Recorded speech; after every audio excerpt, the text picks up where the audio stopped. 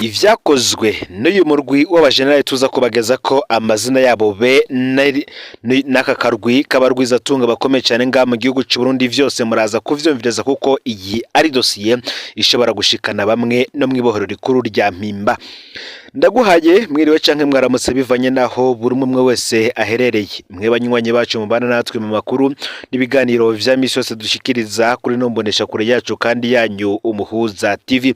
Uyu akaba ari umwanya tugiye kubageza ko amakuru agezwe ko muri kano kanya n'amakuru tuza kugaruka kuri vyinshi bitandukanye, gusa cyane cyane nkuko narimejeje kubibabwira muri ano makuru muraza kumvirizamwo amazina nka Generali Ntakavura Serge, Generali Emmanuel Ndayiziga, muraza kumviza nko mu Rwizatunga Hategekimana Reverie azwe ku izina rya Musteri, mu Rwizatunga Uwiragiye François Batazira Mayondori, ndetse no mu Rwizatunga Ntunzwe n'Imana Juvenali be na Ndayizeye Audace asanzwe arongoye ishyirahamwe Musumba Holdings. Muti aya mazina kuko turaza kuyagaruka ko aya akaba ari mu mazina yihisha inyuma y'ikibi kibishe bakoreye umwe mu barongoye ishyirahamwe rikomeye cyane ngaha mu gihugu cy'u Burundi. Aha bakaba barapfuye nawe amafaranga 325 vy'amadolari y'abanyamerika. Aya akaba ari amafaranga ari mu mugambi wa leta, gusa nkuko bizwi ko ushatse gukora kunda y'ibihanganga ndetse n'abarwizatunga bimugendekera mu gihugu cy'u Burundi uyo arafunzwe. Turaza kugaruka ku ipfungwa ryiwe ndetse n'uruhara rwayo mazina yose mejeje kubabwira ruguru. Turaza kandi kubabwira ico amatoza yacu yamaze gushikako. Mbere bamwe bakanavuga ko uyo mugabo apfunzwe aregeke kubona abagabo bijunja n'ijambo badakangwa n'abafisa amapeti y'ubujenali ndetse n'abafisa amahera yabo nk'abagwizatunga bakomeye cyane mu gihugu bemera kwitangira neza y'igihugu aho kugira ngo igihugu kigwe mu ruhombo, kandi aribo bari bafise ivyo kugisubiza ku murongo mu minwe. Aho uri hose rero ufyonde subscribe canke sabone niba utari wafyenda ko kugira ngo utoja ucikanwa nayo dushikiriza. Uyu ni umukozi ariko atabarizwa, akaba apfuye mu iperereza ngatagikozwe rero n'ubuzima bwe bushobora kuzimanganwa. Uyu apfunzwe n'ibihangange mu iperereza ni Blaise Arakiza, umuyobozi mukuru wa Sobu Prodia, Société Burundaise de Production et de Distribution des Intrants Agricole. Niri akaba ari ishyirahamwe risanzwe ridandaza imiti y'ibiterwa n'imbuto zirobanuye mu gihugu cy'u Burundi.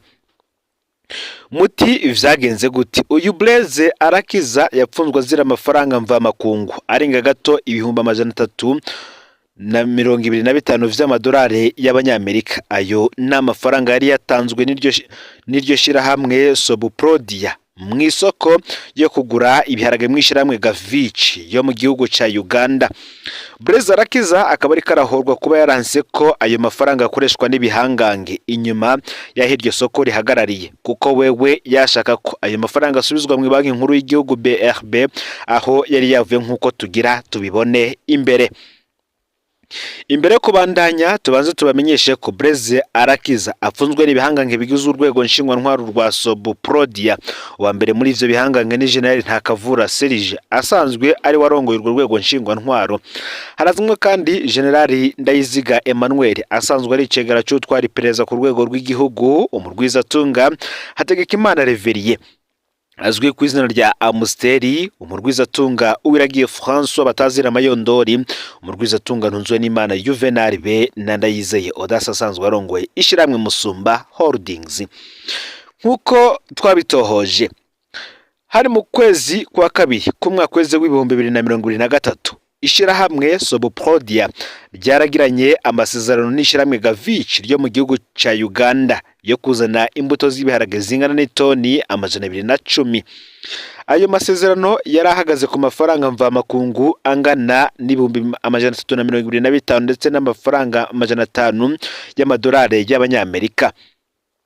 Reka tubanze tubamenyeshe ko ayo mafaranga yose ishyirahamwe Sobuprodia ryari ryayakuye muri banki nkuru y'igihugu BRB kugira ribone gutuma ivyo biharage mu gihugu ca Uganda.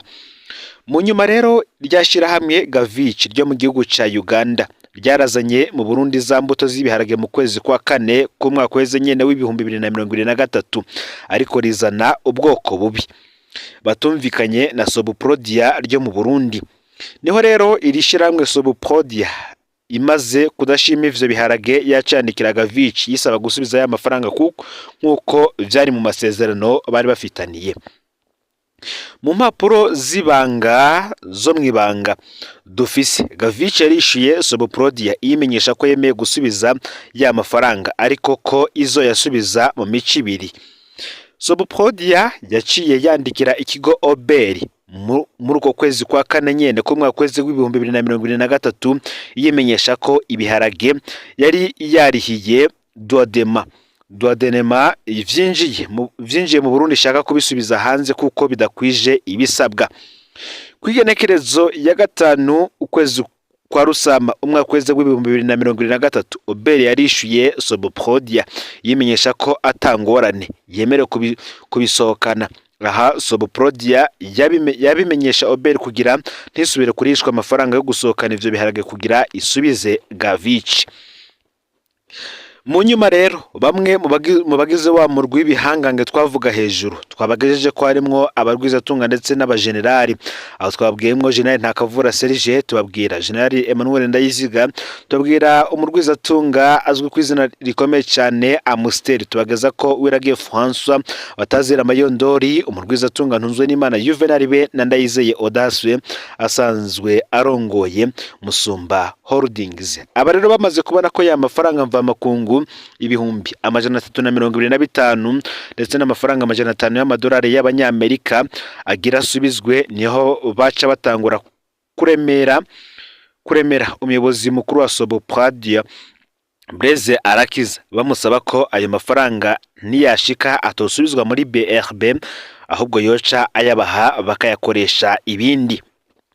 Mu makuru twatohoje nuko umuyobozi Blaise Arakiza yankivyo bihangange ababwira ko amafaranga azoshikira aho yavuye muri BRB kuko igikorwa yaragenewe cabayemwe ingorane mu kurindira ko baronka isoko handi.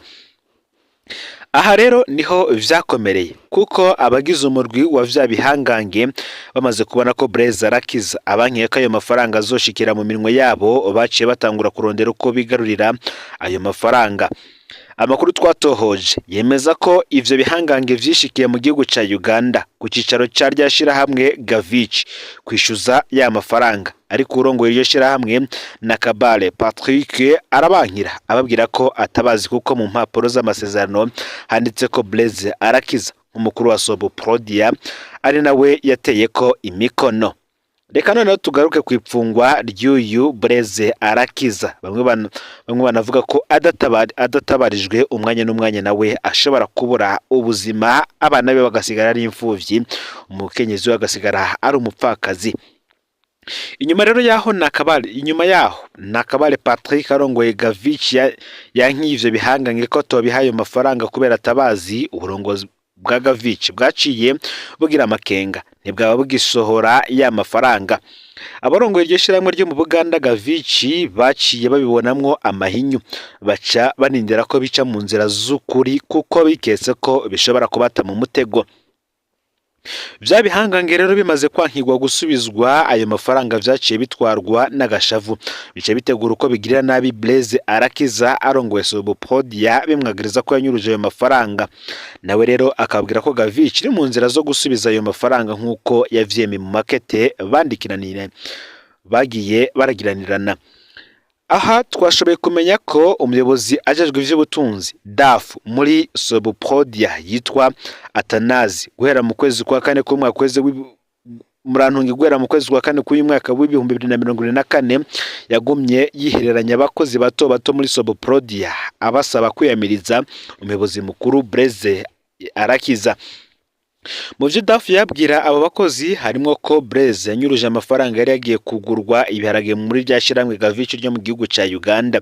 Ibi yabibwira abakozi mu bubeshi kuko ishiramwe Gavici ritari bwasohore ya mafaranga. Ntivyatevye rero kugenekerezo ya gatandatu ruheshi mwaka w'ibihumbi 2024 wa muyobozi mukuru Blaise Arakiza yarahamagawe na bamwe muri vya bihangange twovuga bigize urwego nshingwa ntwaro rwa Soboprodia bamenyesha ko bamukeneye. Blaise amaze kubashikira baciye bamufata baja kumupfungira ku cicaro gikuru c'iperereza i Bujumbura. imodoka yariko aranyonga uwo munsi bamufata ihagaze muri parikingi y'iperereza gushika uno munsi. Gushika rero ubwoba ni bwinshi mu muryango n'inshuti za Blaise Arakiza harimwo n'abakozi ba Sobopodia bafise amakinga ko umuyobozi ashobora kuzimanganirizwa ubuzima, bagasaba umukuru w'igihugu kuko ngari we wenyene ashobora kugira ububasha ndetse no kugira icyo akoze kuri ibihangange vyose. Varisi ndashimiye gufasha kugira Blaise Arakiza ntagirirwe nabi kuko yanse ko ayo mafaranga mva makungu yoshikira mu minwe y'ivyo bihangange, nkuko kandi umukuru w'igihugu nawe umunsi ku munsi yamiriza abarya itunga ry'igihugu. Nawe rwose wogira ijwi ryawe rishika kure, wogira uko utabariza uyu Blaise Arakiza kugira ngo ntaze agirirwa nabi nabo bari mu biro vy'iperereza, mbere ko binazwi yuko inzego hafi ya zose nk'uko umukuru w'igihugu avyamiriza umunsi ku wundi zazingamitswe n'igiturire, kandi izindi bakaba banavuga ko zoba zitwarwa n'abakomeye cyane yoba mu gisirikare ndetse no mu rwego rw'umutekano. Ni mu gihe kandi mu yandi makuru Perezida Varisi Ndayishimiye kandi ari kugendera igihugu ca Zambia kuva ejo haheze ku igenekerezo ya mbere kwezi k'umunani uyu mwaka w'2024. Bamwe bati akunguko kazoba kahe ku Barundi bariyo. Zambia ni igihugu kirimwo abarundi batari bake, ariko imyidogo y'abarundi ni myinshi cyane muri kino gihe aho muri Zambia. Icambere hariho abarundi binjira muri Zambia bafise ivyangombwa vyose ku mupaka bakabareka, ariko bamaze kwinjira gato bagafatwa n'igipolisi.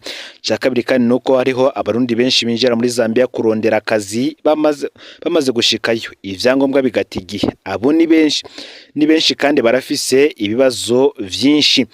Hariho kandi abarundi bashobora gushinga imizi muri Zambia bafise amaduka canke badandaza mu maduka yaho. Abo biracamwo bagahura n'ibibazo vy'umutekano, bamwe bagafatwa giturumbuka bagapfungwa, abandi nabo bakanyagwa ivyabo, hari n'abishwa. Abarundi kandi bakaba bahura n'ibindi bibazo muri Zambia, basa naho atawo banezwe, ntibagira gitabara. Bamwe rero bagasaba ko mu gihe Perezida Ndayishimiye ariko araganira n'abategetsi ba Zambia yoraba akagaruka ku bibazo by'abarundi muri Zambia, ntaje kwitwarika gusa ingene ibipfungurwa vyaguzwe na Nagesa vyoja gutabara abo muri Zambia, ariko akihoza ico kibazo cy'abarundi bari muri Zambia, ngo haba ibijanye no korohereza abarundi binjirayo kurondera akazi no gutanguza imigambi iterambere, haba ikibazo cy'abapfungiye mu busho bwa Zambia kubera impapuro zataye igihe, haba kandi n'ikijanye n'umutekano w'abarundi muri Zambia.